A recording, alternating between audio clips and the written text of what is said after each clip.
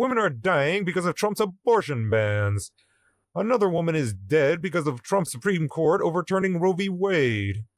Another woman is dead because of her state's abortion ban. 26-year-old Tasha Wilkinson Sebeski was pregnant with her second child and started to experience major cramping, so she decided to go to the hospital. Her husband, Clayton, had to carry her down the stairs to her mother's car because she couldn't walk. Tasha kissed her son goodbye, not knowing that would be their last. The hospital was just 5 minutes away in their small Indiana town, but its labor and delivery ward had closed a month prior. There were no doctors or medical staff who had enough training in the field of obstetrics to be able to help her. Like many states with abortion bans, her area was considered to be a care desert. No medical care available for those who need it. After all, qualified OBGYNs are avoiding practicing in these states. She was transferred to a different medical center where she died 2 days later of a ruptured fallopian tube from an ectopic pregnancy. Her widower says that every expert he's spoken to says the delay in her care is what caused her death. Why was the place where Tasha should have been able to get help closed? Why was there no one there who could help her? In states like Indiana with strict abortion bans,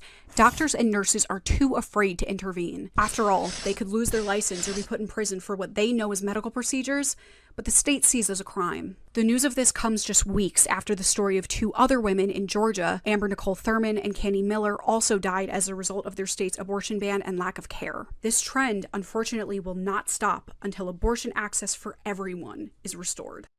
Amber Thurman's death is the real-life consequences of Trump's packed Supreme Court. Since the overturning of Roe v. Wade, we have witnessed the horrifying effects of state abortion bans and restrictions. They've included harrowing stories of women being refused care, forced to suffer in parking lots. I was just discussing this with Senator Warren, until they become sick enough to be treated, and left to miscarry in lobby bathrooms. Now, according to a new report from ProPublica out today, we know that these bans have also resulted in the death of at least 2 patients in Georgia. This initial reporting focuses on the story of just one of those 2 patients, Amber Thurman. She was a 28-year-old single mother of one. You can see a picture of her right there. She died on August 19th, 2022, just a month after Georgia's 6-week abortion ban went into effect. And because of that ban, Amber was forced to find care out of state in North Carolina.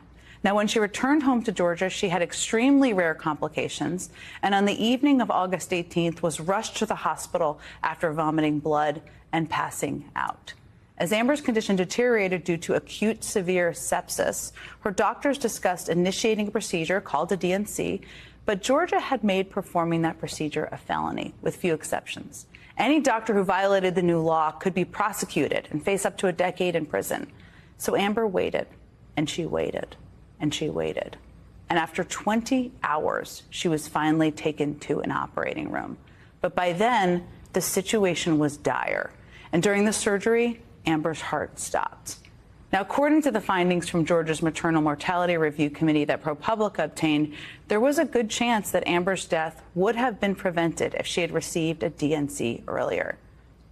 This is post-Roe America. Amber's story is post-Roe America. Today would have been Amber Thurman's 31st birthday, and she should have lived to see it.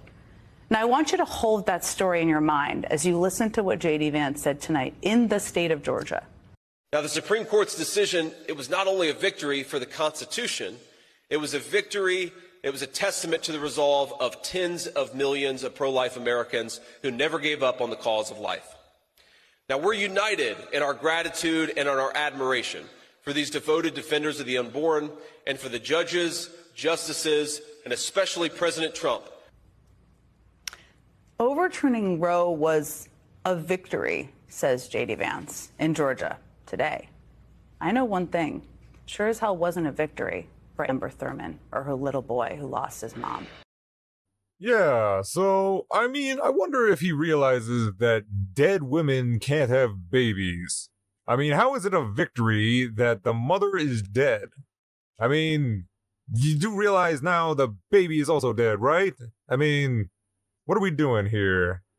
I was proudly the person responsible for the ending of Roe v. Wade. Let the individual states make their abortion policy. 22 states are banning abortions. We've done something on abortion that nobody thought was possible. Amber Thurman died waiting 18 hours. The report finding her death likely could have been prevented. There's a very real chance Had Amber Thurman lived in Minnesota, she would be alive today. How can we as a nation say that your life and your rights, as basic as the right to control your own body, is determined on geography?